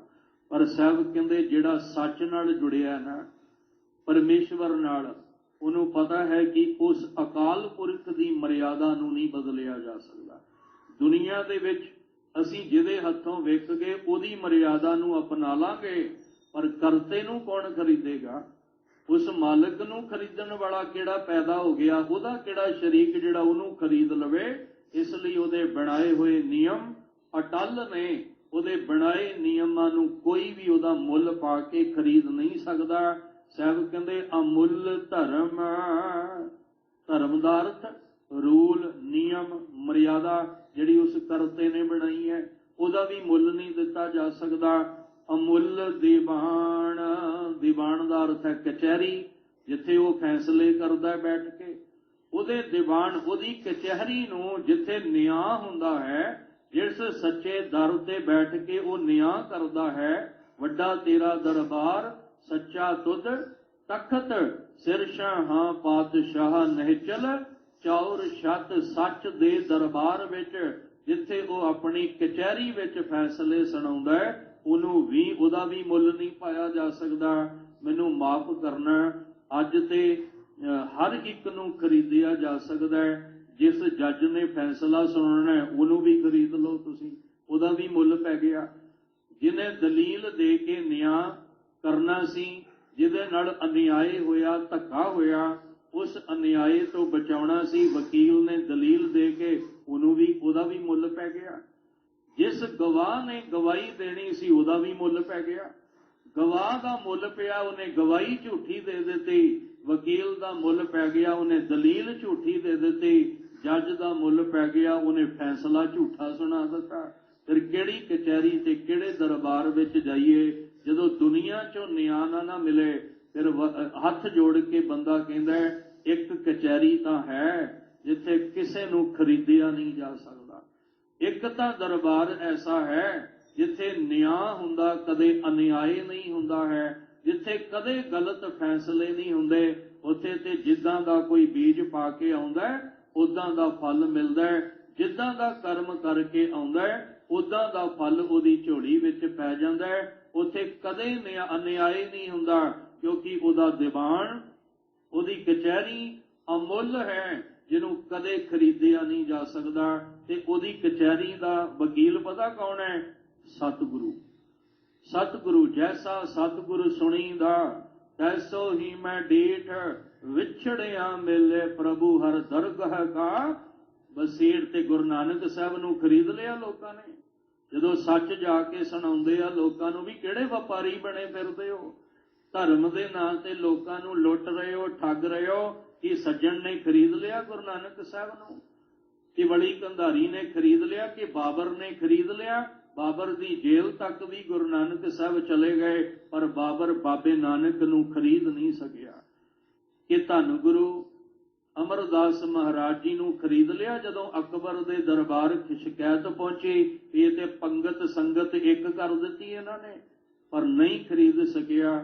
ਜਹਾਂਗੀਰ ਨਹੀਂ ਖਰੀਦ ਸਕਿਆ, ਸ਼ਾਹਜਹਾਂ ਨਹੀਂ ਖਰੀਦ ਸਕਿਆ, ਔਰੰਗਜ਼ੇਬ ਨਹੀਂ ਖਰੀਦ ਸਕਿਆ। ਗੁਰੂ ਤੇਗ ਬਹਾਦਰ ਸਾਹਿਬ ਨੂੰ ਖਰੀਦਣ ਦੀ ਕੋਸ਼ਿਸ਼ ਨਹੀਂ ਕੀਤੀ। ਕਿ ਤੁਸੀਂ ਦਿੱਲੀ ਤੱਕ ਆਏ ਹੋ, ਜਿਨ੍ਹਾਂ ਦੀ ਬਾਂਹ ਪਕੜ ਕੇ ਆਏ ਹੋ, ਛੱਡ ਦਿਓ ਇਹਨਾਂ ਦੀ ਬਾਂਹ। ਅਸੀਂ ਜਿੰਨਾ ਤੁਸੀਂ ਮੁੱਲ ਕਹੋਗੇ ਅਸੀਂ ਤੁਹਾਨੂੰ ਉਹਦਾ ਮੁੱਲ ਦੇ ਦਿਆਂਗੇ। ਸਾਹਿਬ ਕਹਿੰਦੇ ਮੈਂ ਇੱਥੇ ਮੁੱਲ ਪਾਉਣ ਵਾਸਤੇ ਜਾਂ ਆਪਣੇ ਆਪ ਨੂੰ ਵੇਚਣ ਲਈ ਨਹੀਂ ਆਇਆ, ਮੈਂ ਜਿਨ੍ਹਾਂ ਨਾਲ ਵਾਅਦਾ ਕਰਕੇ ਆਇਆ ਉਸ ਮੁਤਾਬਕ ਤਾਂ ਤੁਸੀਂ ਮੈਨੂੰ ਖਰੀਦ ਹੀ ਨਹੀਂ ਸਕਦੇ। ਅਸੀਂ ਕਿਉਂ ਭੁੱਲਦੇ ਜਾ ਰਹੇ ਹਾਂ? ਗੁਰੂ ਤੇਗ ਬਹਾਦਰ ਸਾਹਿਬ ਜੀ ਦੇ ਉਹਨਾਂ ਬਚਨਾਂ ਨੂੰ ਤੇਗ ਬਹਾਦਰ ਬੋਲਿਆ, ਤਰ ਪਈਐ ਧਰਮ ਨਾ ਛੋਡੀਐ, ਬਾਹਾਂ ਜਿਨ੍ਹਾਂ ਦੀ ਪਕੜੀ ਹੈ, ਸਿਰ ਦੀਜੈ ਬਾਹਾਂ ਨਾ ਛੋਡੀਐ। ਮਹਾਰਾਜ ਕਹਿੰਦੇ ਬਾਂਹ ਨਹੀਂ ਛੱਡਣੀ, ਸਿਰ ਦੀ ਬਾਜੀ ਲਾ ਦਿਆਂਗੇ। ਤੁਸੀਂ ਭਾਵੇਂ ਪੂਰੇ ਜਹਾਨ ਪੂਰੀ ਦੁਨੀਆ ਦੀ ਦੌਲਤ ਅੱਗੇ ਰੱਖ ਦਿਓ, ਪਰ ਤੁਸੀਂ ਗੁਰੂ ਤੇਗ ਬਹਾਦਰ ਸਾਹਿਬ ਨੂੰ ਖਰੀਦ ਨਹੀਂ ਸਕਦੇ। ਗੁਰੂ ਤੇਗ ਬਹਾਦਰ ਸਾਹਿਬ ਤਾਂ ਛੱਡੋ, ਉਹਨਾਂ ਦੇ 3 ਸਿੱਖਾਂ ਨੂੰ ਨਹੀਂ ਖਰੀਦ ਸਕੇ ਤੁਸੀਂ। ਭਾਈ ਮਤੀ ਦਾਸ, ਭਾਈ ਸਤੀ ਦਾਸ, ਭਾਈ ਦਇਆਲਾ ਖਰੀਦ ਲਿਆ। ਉਹ ਉਬਲਦੇ ਪਾਣੀ ਵਿੱਚ ਤਾਂ ਬੈਠ ਗਏ ਪਰ ਖਰੀਦ ਨਾ ਸਕੇ। ਰੂਹ ਵਿੱਚ ਅਗਨੀ ਭੇਟਤਾ ਹੋ ਗਏ, ਖਰੀਦ ਨਾ ਸਕੇ। ਆਰੇ ਦੇ ਦੰਦੇ ਨਾਲ ਚੀਰੇ ਤਾਂ ਗਏ ਪਰ ਖਰੀਦ ਨਾ ਸਕੇ, ਕਿਉਂਕਿ ਇਹ ਉਹ ਵਕੀਲ ਹੈ ਜਿਹਨੇ ਸਾਨੂੰ ਮਾੜੇ ਤੇ ਚੰਗੇ ਦੀ ਪਛਾਣ ਕਰਾਉਣੀ ਹੈ। ਇਹਦੇ ਵਿੱਚ ਬਿਠਾਇਆ ਵੀ ਉਹਨਾਂ ਨੂੰ ਗਿਆ ਜਿਹੜੇ ਝੂਠੇ ਨਹੀਂ ਸੱਚੇ ਨੇ, ਕਿਉਂਕਿ ਝੂਠੇ ਭਗਤ ਵੀ ਆਏ ਸੀ। ਮਹਾਰਾਜ ਕਹਿੰਦੇ ਨਹੀਂ, ਤੁਹਾਨੂੰ ਥਾਂ ਨਹੀਂ ਮਿਲਣੀ, ਕਿਉਂਕਿ ਇੱਥੇ ਸੱਚੇ ਭਗਤਾਂ ਨੂੰ 15 ਭਗਤਾਂ ਨੂੰ ਥਾਂ ਦਿੱਤੀ ਹੈ, ਪਰ ਜਿਹੜੇ ਲਾਹੌਰ ਤੋਂ ਪਿੱਲੂ ਛੱਜੂ ਕੰਨ ਵਰਗੇ ਆਏ, ਮਹਾਰਾਜ ਕਹਿੰਦੇ ਤੁਹਾਨੂੰ ਨਹੀਂ, ਕਿਉਂਕਿ ਤੁਹਾਨੂੰ ਥਾਂ ਦਿੱਤੀ ਫਿਰ ਤੇ ਅਨਿਆਂ ਹੋ ਜਾਣਾ। ਤੁਸੀਂ ਤਾਂ ਸੱਚ ਦੀ ਜਗ੍ਹਾ ਤੇ ਕੂੜ ਦਾ ਪ੍ਰਚਾਰ ਕਰਨਾ ਹੈ। ਇਸ ਲਈ ਇਹ ਉਹ ਵਕੀਲ ਹੈ ਜਿੱਥੇ ਨਿਆਂ ਹੁੰਦਾ ਹੈ, ਅਨਿਆਂ ਨਹੀਂ ਹੁੰਦਾ। ਸਾਹਿਬ ਕਹਿੰਦੇ ਉਹਦੇ ਨਿਯਮ ਵੀ ਅਮੁੱਲ, ਉਹਦਾ ਦੀਵਾਨ ਵੀ ਅਮੁੱਲ, ਜਿਹਦਾ ਮੁੱਲ ਨਹੀਂ ਪਾਇਆ ਜਾ ਸਕਦਾ। ਅਮੁੱਲ ਤੁਲ ਅਮੁੱਲ ਪਰਵਾਣ।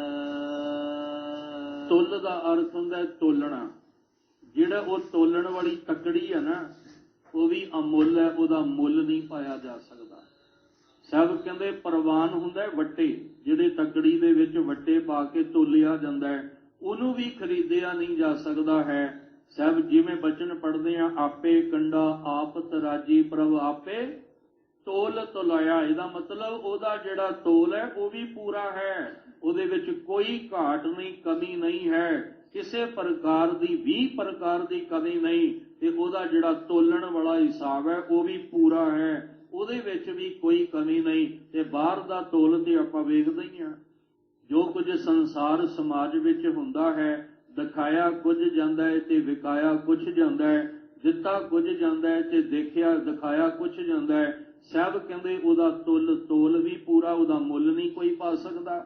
ਔਰ ਜਿਹਦੇ ਨਾਲ ਉਹਨੇ ਤੋਲਣਾ ਹੈ ਉਹ ਵੀ ਕਹਿੰਦੇ ਨੇ ਅਮੁੱਲ ਹੈ, ਉਹਦਾ ਵੀ ਮੁੱਲ ਕੋਈ ਨਹੀਂ ਦੇ ਸਕਦਾ। ਅਮੁੱਲ ਬਖਸ਼ੀਸ਼ ਅਮੁੱਲ ਨਿਸ਼ਾਨ। ਉਹਦੀਆਂ ਜਿਹੜੀਆਂ ਬਖਸ਼ਿਸ਼ਾਂ ਨੇ ਨਾ ਉਹ ਵੀ ਅਮੁੱਲ ਨੇ, ਉਹਦਾ ਮੁੱਲ ਨਹੀਂ। ਜਿੱਥੋਂ ਸ਼ੁਰੂਆਤ ਕੀਤੀ ਸੀ ਕਥਾ ਵਿਚਾਰ ਦੀ ਕਿ ਸੂਰਜ ਦੀ ਰੋਸ਼ਨੀ ਦਾ ਅੱਜ ਤੱਕ ਕਿਸੇ ਨੇ ਮੁੱਲ ਦਿੱਤਾ? ਸਾਡੀ ਅੱਖਾਂ ਦੀ ਰੋਸ਼ਨੀ ਜੋ ਕੁਦਰਤ ਵੱਲੋਂ ਹੈ ਉਹਦਾ ਕਿਸੇ ਨੇ ਮੁੱਲ ਦਿੱਤਾ? ਜੋ ਹੱਡੀਆਂ ਦਾ ਢਾਂਚਾ ਤਿਆਰ ਕੀਤਾ ਇਹਦਾ ਮੁੱਲ ਕਿਸੇ ਦਿੱਤਾ? ਹਾਂ, ਇਹਦੇ ਵਿੱਚ ਜਦੋਂ ਕਮੀ ਪੇਸ਼ੀ ਆਵੇ ਅਸੀਂ ਦੁਨੀਆ ਕੋਲ ਜਾਂਦੇ ਹਾਂ ਤੇ ਬਕਾਇਦਾ ਉਹਦਾ ਮੁੱਲ ਦੇਣਾ ਪੈਂਦਾ ਹੈ। ਜੇ ਉਹ ਮੁੱਲ ਨਹੀਂ ਦਿਓਗੇ, ਉਹਦੀ ਫੀਸ ਨਹੀਂ ਦਿਓਗੇ ਤੇ ਇਲਾਜ ਕੋਈ ਨਹੀਂ ਹੋਣਾ ਤੁਹਾਡਾ। ਪਰ ਉਹ ਅਮੁੱਲ ਹੈ ਜਿਹਨੇ ਬਖਸ਼ਿਸ਼ਾਂ ਦਿੱਤੀਆਂ ਨੇ। ਤੁਸੀਂ ਗੁਰਬਾਣੀ ਦਾ ਪਾਠ ਕਰਕੇ ਆਏ ਹੋ, ਤੇ ਰੋਜ਼ਾਨਾ ਆਪਾਂ ਜਪਜੀ ਸਾਹਿਬ ਦਾ ਅਭਿਆਸ ਕਰਦੇ ਹਾਂ ਤੇ ਲੜੀਵਾਰ ਵਿੱਚ ਵਿਚਾਰ ਕੇ ਵੀ ਆਏ ਹਾਂ। ਗਾਵੈ ਕੋ ਦਾਤ ਜਾਣੈ ਨਿਸ਼ਾਨ। ਨਿਸ਼ਾਨ ਉੱਥੇ ਵੀ ਇਸ ਤਰ੍ਹਾਂ ਹੈ ਤੇ ਇੱਥੇ ਵੀ ਨੰਨੇ ਨੂੰ ਸਿਹਾਰੀ ਹੈ ਤੇ ਨਾਣੇ ਨੂੰ ਔਂਕੜ ਲੱਗੀ ਹੋਈ ਹੈ, ਉੱਥੇ ਵੀ ਸੇਮ ਹੈ। ਨਿਸ਼ਾਨ ਦਾ ਅਰਥ ਹੈ ਜਿਹੜੀਆਂ ਦਾਤਾਂ ਉਹਨੇ ਦਿੱਤੀਆਂ ਨੇ ਨਾ, ਉਸ ਦਾਤਾਂ ਨੂੰ ਦੇਖ ਕੇ, ਉਹਦੇ ਨਿਸ਼ਾਨ ਵੇਖ ਕੇ ਵੀ ਇਹ ਵੀ ਉਹਦੀ ਦਾਤ, ਆ ਵੀ ਉਹਦੀ ਦਾਤ, ਆ ਵੀ ਉਹਦੀ ਦਾਤ, ਕਈ ਇਸ ਲਈ ਉਸ ਨੂੰ ਗਾ ਰਹੇ ਨੇ। ਇੱਥੇ ਕਹਿੰਦੇ ਜਿਹੜੀਆਂ ਬਖਸ਼ਿਸ਼ਾਂ ਉਹਨੇ ਦਿੱਤੀਆਂ ਨੇ ਨਾ, ਉਹਦੀਆਂ ਬਖਸ਼ਿਸ਼ਾਂ ਦਾ ਵੀ ਕੋਈ ਮੁੱਲ ਨਹੀਂ, ਔਰ ਉਹਦੀਆਂ ਬਖਸ਼ਿਸ਼ਾਂ ਦੇ ਜਿਹੜੇ ਨਿਸ਼ਾਨ ਨੇ ਉਹਦਾ ਵੀ ਕੋਈ ਮੁੱਲ ਜਿਹੜਾ ਉਹ ਨਹੀਂ ਦੇ ਸਕਦਾ ਹੈ। ਇਸ ਲਈ ਉਹ ਅਮੋਲਕ ਪਰਮੇਸ਼ਵਰ ਹੈ। ਜਾਂ ਨਿਸ਼ਾਨ ਦੇ ਅਰਥ ਵਿਦਵਾਨਾਂ ਨੇ ਵੱਖ-ਵੱਖ ਕੀਤੇ ਨੇ। ਇੱਕ ਤਾਂ ਜਿਹੜੀ ਦਾਤ ਦਿੱਤੀ ਉਹ ਜਿਹੜੀ ਉਹਦਾ ਨਿਸ਼ਾਨ ਸੀ ਉਹਨੂੰ ਪਛਾਣ ਕੇ ਆਖਿਆ ਇਹ ਵੀ ਉਹਦੀ ਦਾਤ ਹੈ। ਇੱਕ ਨਿਸ਼ਾਨ ਹੁੰਦਾ ਹੈ ਰਾਹਦਾਰੀ। ਰਾਹਦਾਰੀ ਸਮਝਦੇ ਹੋ, ਜਦੋਂ ਇੱਕ ਦੇਸ਼ ਤੋਂ ਦੂਜੇ ਦੇਸ਼ ਜਾਣਾ ਹੋਵੇ ਨਾ ਤਾਂ ਰਾਹਦਾਰੀ ਚਾਹੀਦੀ ਹੁੰਦੀ ਹੈ, ਤੇ ਜੇ ਉਹ ਰਾਹਦਾਰੀ ਨਾ ਹੋਵੇ ਤੇ ਫਿਰ ਇੱਕ ਇਲਾਕੇ ਤੋਂ ਦੂਜੇ ਇਲਾਕੇ ਵਿੱਚ, ਮੁਲਕ ਵਿੱਚ ਨਹੀਂ ਜਾਣ ਦਿੱਤਾ ਜਾਂਦਾ। ਅਸੀਂ ਕਿੱਥੇ ਜਾਣਾ ਹੈ? ਅਸੀਂ ਜਾਣਾ ਹੈ ਦੇਸ਼ ਤੋਂ ਉਸ ਦੇਸ਼ ਵਿੱਚ ਜਿਹਨੂੰ ਕਿਹਾ ਬੇਗਮਪੁਰਾ ਸ਼ਹਿਰ ਕੋ ਨਾਓ।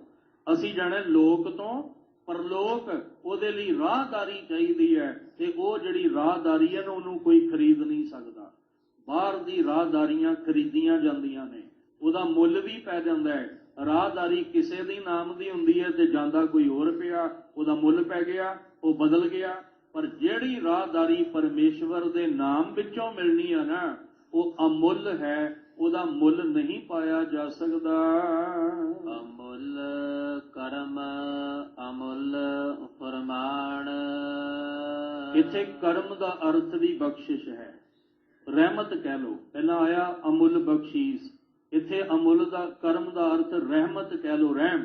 ਉਹ ਜਿਹੜੀ ਰਹਿਮਤ ਕਰਦਾ ਨਾ, ਕਿਉਂਕਿ ਮਾਂ ਅੱਖਰ ਨੂੰ ਔਂਕੜ ਲੱਗ ਗਿਆ, ਤੇ ਜੇ ਮਾਂ ਅੱਖਰ ਨੂੰ ਔਂਕੜ ਨਾ ਲੱਗਦਾ ਤੇ ਅਸੀਂ ਅਰਥ ਕਰਮ ਕਰ ਦਿੰਦੇ। ਇਸ ਲਈ ਉਹਦੀ ਰਹਿਮਤ ਉਹ ਜਿਹੜੀ ਹੈ ਉਹ ਵੀ ਅਮੁੱਲ ਹੈ। ਉਹ ਜਿਹਦੇ ਉੱਤੇ ਰਹਿਮਤ ਕਰ ਰਿਹਾ, ਉਹਦੀ ਰਹਿਮਤ ਨੂੰ ਵੀ ਖਰੀਦਿਆ ਨਹੀਂ ਜਾ ਸਕਦਾ। ਉਹਦਾ ਜਿਹੜਾ ਫਰਮਾਨ ਹੈ ਨਾ ਉਹ ਵੀ ਅਮੁੱਲ ਹੈ, ਉਹਦਾ ਵੀ ਮੁੱਲ ਨਹੀਂ ਪਾਇਆ ਜਾ ਸਕਦਾ।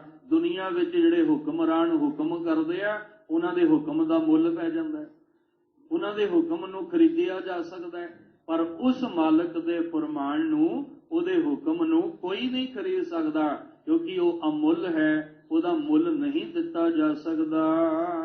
ਅਮੁੱਲ ਅਮੁੱਲ ਆਖਿਆ ਨਾ ਜਾਏ। ਸਭ ਕਹਿੰਦੇ ਮੁੱਕਦੀ ਗੱਲ ਕਰਾਂ, ਮੁੱਕਦੀ ਗੱਲ ਗੁਰੂ ਨਾਨਕ ਸਾਹਿਬ ਕਹਿੰਦੇ ਅਮੁੱਲੋ ਅਮੁੱਲ। ਤੁਸੀਂ ਕਿੱਥੇ ਤੱਕ ਜਾਓਗੇ ਆਪਣੀ ਸੋਚ ਲੈ ਕੇ? ਕਿੱਥੇ ਤੱਕ ਜਾਓਗੇ ਆਪਣੀ ਸੁਰਤ ਲੈ ਕੇ? ਤੁਹਾਡੀ ਸੁਰਤ ਦਾ ਰਸਤਾ ਮੁੱਕ ਜਾਏਗਾ, ਤੁਹਾਡੀ ਸੋਚ ਮੰਡਲ ਦਾ ਰਸਤਾ ਮੁੱਕ ਜਾਏਗਾ। ਉਹ ਅਮੁੱਲੋ ਅਮੁੱਲ।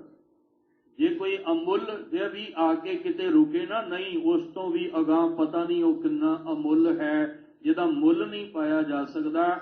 ਅਮੁੱਲੋ ਅਮੁੱਲ ਆਖਿਆ ਨਾ ਜਾਏ। ਕਹਿੰਦੇ ਉਹ ਤਾਂ ਇੰਨਾ ਅਮੁੱਲ ਹੈ ਕਿ ਆਪਣੀ ਜ਼ੁਬਾਨ ਤੋਂ ਆਖਿਆ ਵੀ ਨਹੀਂ ਜਾ ਸਕਦਾ। ਆਖ ਆਖ ਰਹੇ ਲਿਵ ਲਾਏ। ਉਸ ਮਾਲਕ ਦੇ ਗੁਣ, ਉਹਦੀਆਂ ਬਖਸ਼ਿਸ਼ਾਂ, ਉਹਦੀਆਂ ਰਹਿਮਤਾਂ ਬਖਸ਼ਿਸ਼ਾਂ ਦੇ ਨਿਸ਼ਾਨ ਜਿਹੜੇ ਸਨ, ਉਹਨਾਂ ਨੂੰ ਆਖ ਆਖ ਕੇ, ਭਾਵ ਉਹਦੇ ਗੁਣ ਗਾ ਗਾ ਕੇ, ਉਹਦੇ ਵਿੱਚ ਕਈ ਤਾਂ ਲਿਵ ਲਾ ਕੇ ਉਹਦੇ ਵਿੱਚ ਸਮਾ ਗਏ, ਪਰ ਨਹੀਂ ਦੱਸ ਸਕੇ ਉਹ ਕਿੰਨਾ ਅਮੋਲਕ ਹੈ। ਤੇ ਕਈ ਰਹੇ ਦਾ ਅਰਥ ਹੈ ਕਈਆਂ ਦੀ ਜ਼ਿੰਦਗੀ ਮੁੱਕ ਗਈ, ਪਰ ਆਖ ਆਖ ਕੇ ਦੁਨੀਆ ਤੋਂ ਤੁਰ ਗਏ, ਪਰ ਉਹਦਾ ਮੁੱਲ ਜਿਹੜਾ ਸੀ ਉਹ ਨਾ ਬਿਆਨ ਕਰ ਸਕੇ, ਕਿਉਂਕਿ ਅਮੁੱਲੋ ਅਮੁੱਲ ਆਖਿਆ ਨਾ ਜਾਏ, ਨਹੀਂ ਆਖਿਆ ਜਾ ਸਕਦਾ, ਨਹੀਂ ਬਿਆਨ ਕੀਤਾ ਜਾ ਸਕਦਾ। ਇਸ ਲਈ ਜਿੱਥੇ ਤਨ ਦੇ ਤਲ ਤੇ ਆਪਾਂ ਚੰਗੇ ਵਪਾਰੀ ਬਣਨਾ ਨਾ, ਮਾੜੇ ਵਪਾਰ ਛੱਡ ਦਈਏ। ਨਸ਼ਿਆਂ ਦੇ, ਵਿਕਾਰਾਂ ਦੇ ਜਿਹੜੇ ਵਪਾਰੀ ਬਣੇ ਨੇ ਨਾ, ਇੱਕ ਦਿਨ ਇਹਨਾਂ ਦੇ ਵਪਾਰ ਨੇ ਇੰਨਾ ਨਰਕ ਵਿੱਚ ਧਕੇਲ ਦੇਣਾ ਹੈ ਕਿ ਜਿੱਥੇ ਇਹਨਾਂ ਨੂੰ ਹਾਏ ਹਾਏ ਤੋਂ ਸਿਵਾ ਹੋਰ ਕੁਝ ਨਹੀਂ ਮਿਲਣਾ। ਪਾਪੀ ਕਰਮ ਕਮਾਉਂਦੇ ਕਰਦੇ ਹਾਏ ਹਾਏ, ਉਦੋਂ ਹਾਏ ਜਦੋਂ ਨਿਕਲਣੀ, ਕਿਸੇ ਨੇ ਆ ਕੇ ਬਚਾਉਣਾ ਵੀ ਕੋਈ ਨਹੀਂ।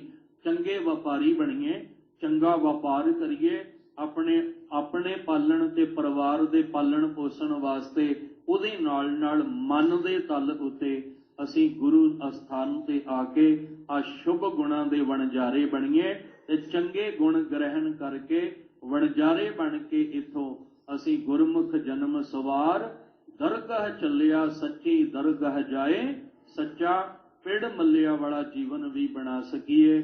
ਇਸ ਪੌੜੀ ਦੀ ਇੱਥੋਂ ਤੱਕ ਵਿਚਾਰ ਆਪ ਜੀ ਨੇ ਕਬੂਲ ਕਰ ਲੈਣੀ।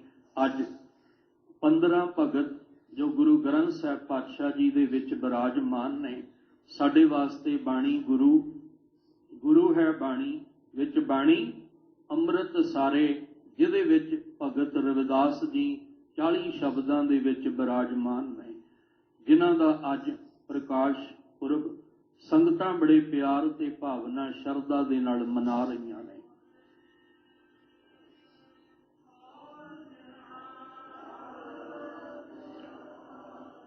ਭਗਤ ਬਾਬਾ ਰਵਿਦਾਸ ਜੀ ਦਾ ਪ੍ਰਕਾਸ਼ ਬਨਾਰਸ ਦੇ ਇਲਾਕੇ ਦੇ ਵਿੱਚ 1376, ਕਿਸੇ ਨੇ 77 ਵੀ ਜ਼ਿਕਰ ਕੀਤਾ ਹੈ, ਹੋਇਆ।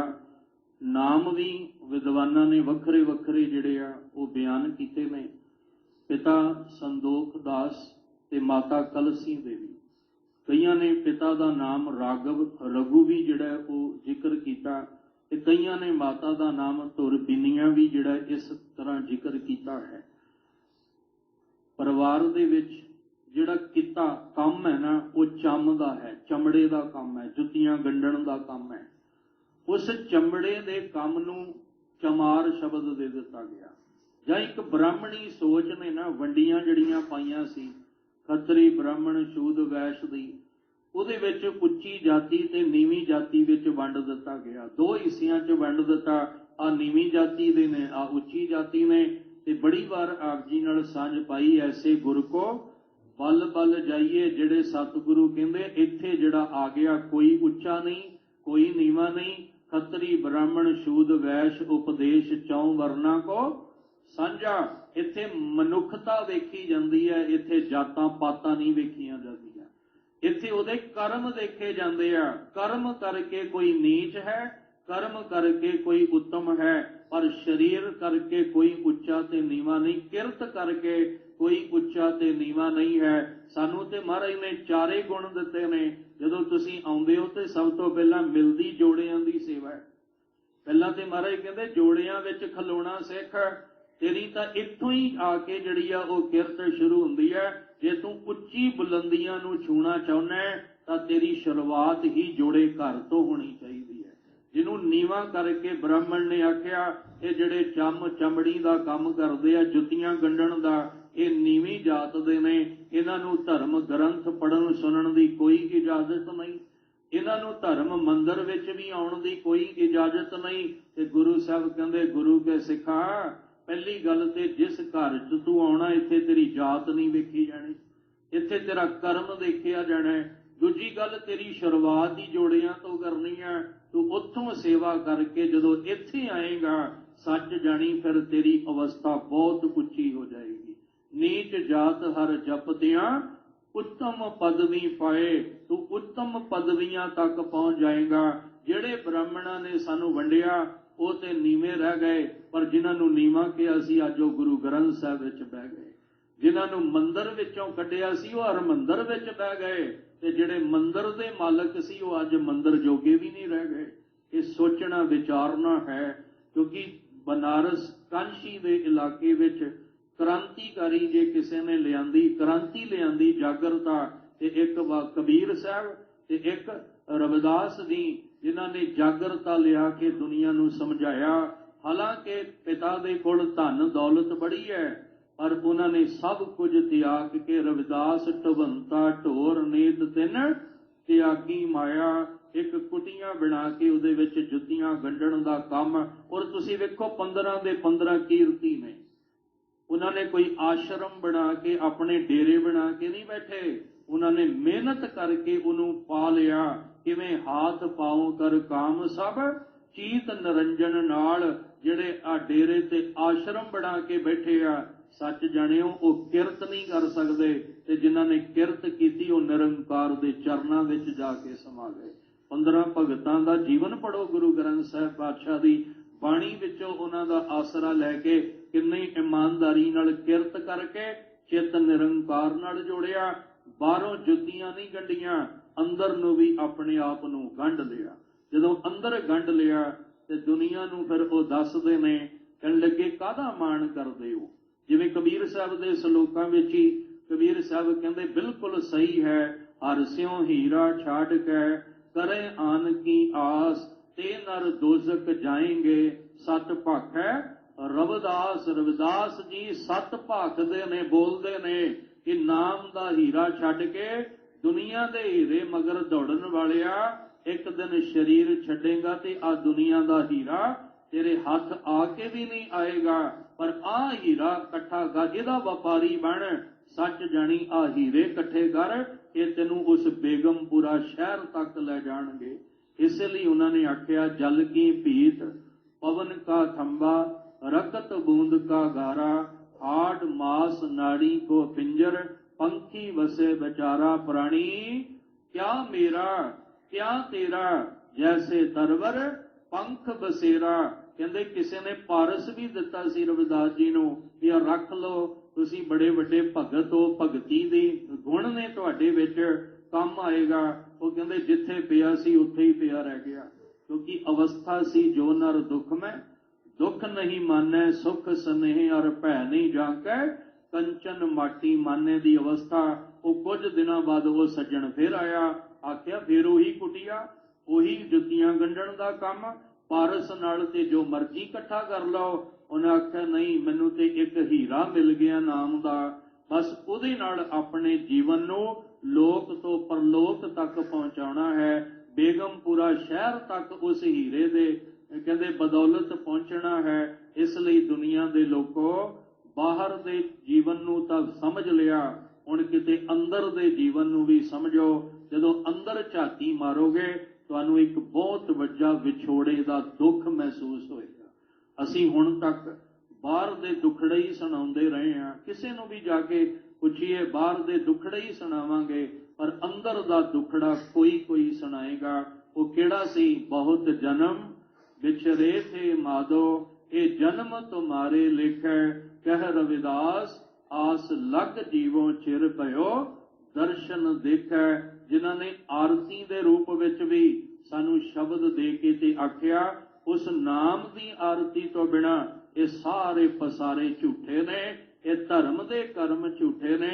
जे तुसी धर्म दा कर्म करना है ते वो सच्चे दे नाम दी आरती करो, उहदे नाम दा अभ्यास करो ते अरदास करो किते ये जन्म साडा लेखे विच लग जाए।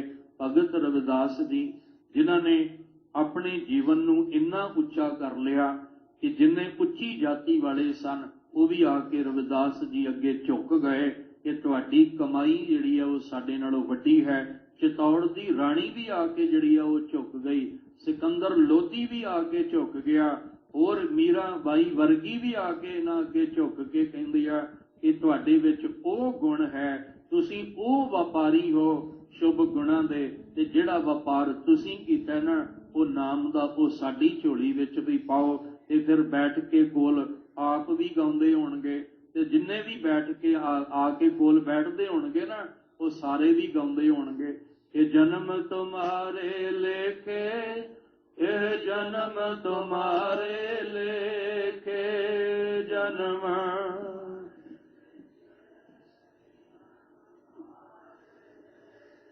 यह जन्म तुम्हारे लेखे, यह जन्म तुम्हारे लेखे।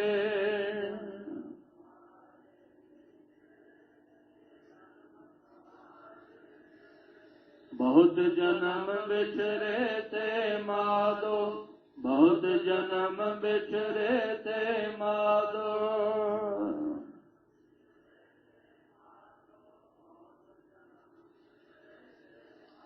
यह जन्म तुम्हारे लेखे, यह जन्म तुम्हारे लेखे, जन्म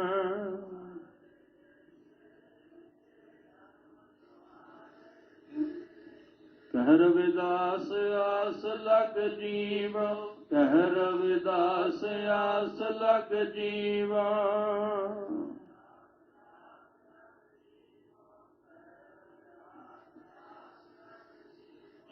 भयो दर्शन देखे, चिर भयो दर्शन देखे, चिर भयो।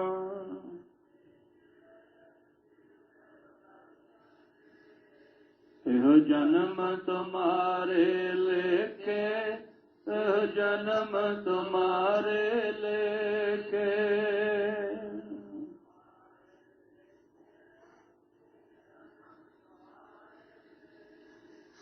ਤੇ ਜਦੋਂ ਇਸ ਤਰ੍ਹਾਂ ਗਾਉਂਦਿਆਂ ਜੀਵਨ ਲੇਖੇ ਲੱਗਾ, ਉਸ ਤੋਂ ਬਾਅਦ ਜਦੋਂ ਬਖਸ਼ਿਸ਼ ਹੋਈ ਤੇ ਕੀ ਆਖਿਆ, ਐਸੀ ਲਾਲ ਤੁਝ ਬਿਨ ਕੌਣ ਕਰੇ, ਗਰੀਬ ਨਿਵਾੜ ਗੁਸਈਆਂ ਮੇਰਾ ਮਾਥੈ, ਛਤਰ ਧਰੇ। ਫਿਰ ਸ਼ੁਕਰਾਨੇ ਦਾ ਸ਼ਬਦ ਰਸਨਾ ਤੋਂ ਨਿਕਲਿਆ। ਅਸੀਂ ਵੀ ਇਸ ਦਰ ਤੇ ਆ ਕੇ ਸ਼ੁਭ ਗੁਣਾਂ ਦੇ ਵਪਾਰੀ ਬਣ ਕੇ ਚੰਗਾ ਜੀਵਨ ਬਣਾ ਕੇ ਆਪਣਾ ਜੀਵਨ ਲੇਖੇ ਲਾਉਂਦੇ ਹਾਂ। ਇਹ ਸ਼ੁਕਰਾਨੇ ਦੇ ਬੋਲ ਆਖੀਏ ਕਿ ਦਾਤਾ ਜੀ ਤੁਹਾਡੇ ਘਰ ਵਿੱਚੋਂ ਜਿਹੜੀ ਰਹਿਮਤ ਬਖਸ਼ਿਸ਼ ਮਿਲਣੀ ਹੈ, ਐਸੀ ਲਾਲ ਤੁਝ ਬਿਨ ਕੌਣ ਕਰੇ। ਇਸ ਜੀਵਨ ਦੇ ਪਾਤਰ ਬਣੀਏ, ਸ਼ੁਭ ਗੁਣ ਗ੍ਰਹਿਣ ਕਰੀਏ, ਚੰਗੇ ਵਪਾਰੀ ਬਣੀਏ, ਜਿਹਦੇ ਨਾਲ ਲੋਕ ਸੁਖੀਏ ਪਰਲੋਕ ਸੁਹੇਲੇ। ਨਾਨਕ ਹਰਿ ਪ੍ਰਭ ਆਪੇ ਮਿਲੇ ਜੀਵਨ ਬਣ ਸਕੇ। ਆਪ ਸਮੁੱਚੀ ਸੰਗਤ ਨੂੰ ਗੁਰਦੁਆਰਾ ਦੁੱਖ ਨਿਵਾਰਨ ਸਾਹਿਬ ਸਮੁੱਚੀ ਪ੍ਰਬੰਧਕ ਕਮੇਟੀ ਵੱਲੋਂ ਭਗਤ ਰਵਿਦਾਸ ਜੀ ਦੇ ਪ੍ਰਕਾਸ਼ ਪੁਰਬ ਦੀਆਂ ਬਹੁਤ ਬਹੁਤ ਆਪ ਜੀ ਨੂੰ ਵਧਾਈਆਂ ਹੋਵਣ। ਚੜ੍ਹਦੀ ਕਲਾਂ ਦੇ ਵਿੱਚ ਰਹੋ, ਬਾਣੀ ਬਾਣੀ ਨਿਤਨੇਮ ਦੇ ਧਾਰਨੀ ਬਣੋ।